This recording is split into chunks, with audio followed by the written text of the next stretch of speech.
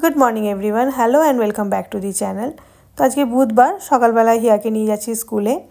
तो আমরা যে সোসাইটিতে থাকি ওখানেই ওর স্কুলটা, তো এখানেই ওকে দিয়েছি। ইউকেজি অবধিও ওখানেই পড়বে, তারপরে ওকে বড় স্কুলে দেব। তো কালকে ওয়েদারটা ভালো ছিল না বলে স্কুলে পাঠাইনি, আজকে নিয়ে এসেছি। যদিও খুব একটা স্কুলে যে যেতে চায় তা নয়, স্কুলে আসার আগে কান্নাকাটি করে, বলবে না যাব না, তারপরে যাই হোক মনে হয় কি ঠিক আছে।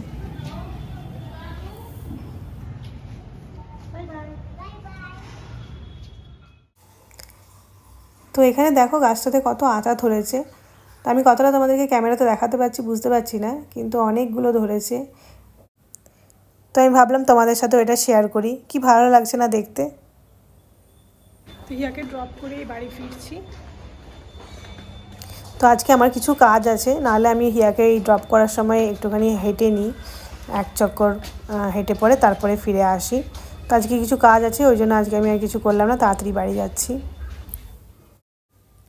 তো বাড়ি ফিরে এসে আর বসিনি, দেখো এখানে একটা ব্যাগ নিয়েছি আর জুতোর তাকটা খুলে বসেছি।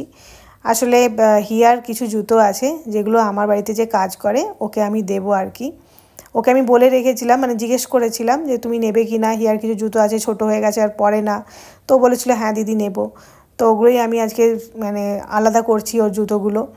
আসলে ও যাচ্ছে দেশে, ও থাকে তো এখান ব্যাঙ্গালোরে নয়, রামপুরহাটে থাকে। তো কালকে চলে যাচ্ছে। তো আজকে এবারে না করলে আর আমার দেওয়াই হবে না, ওই জন্য আমি তাড়াতাড়ি করে আজকে ভেবেছি আজকে এই কাজটাই প্রথমে সারবো, দিয়ে এগুলোকে আলাদা করে রাখবো, তবে যে আমি ওকে দিতে পারবো। তো ও এমনিতে খুবই ভালো, আমার বাড়িতে যে কাজ করে। তো মানে এর আগেও হিয়ার জামা, তারপরে প্যান্ট, শীতের সোয়েটার সবই নিয়েছে। আর এমনিতেই ফেলে দেওয়ার চেয়ে যদি কোনো গরিব মানুষ পরে তো সেটা ভালোও লাগে, যে ঠিক আছে এমনিতেই তো পড়েই আছে, হিয়া পড়ে না যেহেতু পড়েই আছে, তো তার চেয়ে যদি ওর নাতি বা কেউ যদি কোনো কিছু মানে কারো যদি কাজে লাগে তখন সেটা ভালোও লাগে। তো এই জন্য ভাবলাম সকালে এই কাজটাই সেরে ফেলি, তারপরে অন্য কাজ করব। তো এখানে দেখো 5 জোড়া জুতো। তো জুতোগুলো আলাদা করতে গিয়ে ভাবলাম যখন হাত করাই হলো তখন পুরোটাই নয় মুছে নিই, আবার নাহলে অন্য দিন বসতে হবে এটাকে পরিষ্কার করতে।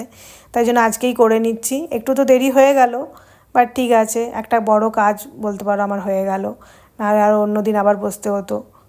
তো যাই হোক, জুতো তাকটাও পরিষ্কার করা হয়ে গেল সেই ফাঁকে।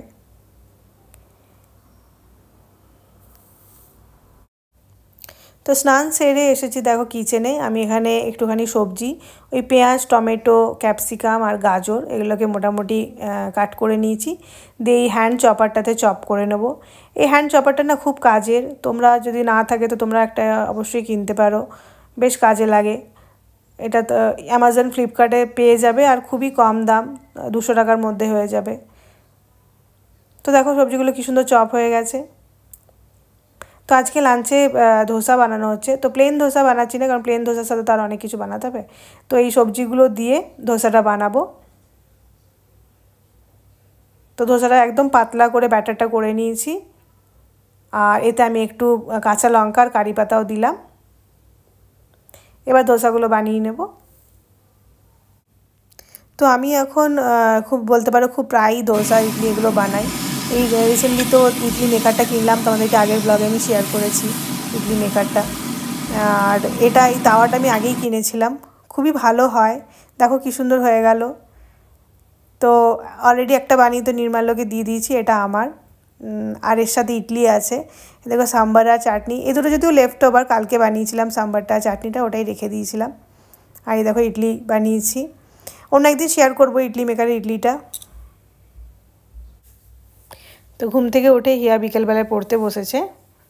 ভিডিওটা আজকে আমি এখানেই শেষ করছি। যদি ভালো লেগে থাকে অবশ্যই লাইক দিও, শেয়ার করো, আর যারা নতুন দেখছো চ্যানেলটা প্লিজ সাবস্ক্রাইব করো। দেখা হবে খুব তাড়াতাড়ি নতুন একটা ভিডিও নিয়ে, ততক্ষণের জন্য বাই, টেক কেয়ার।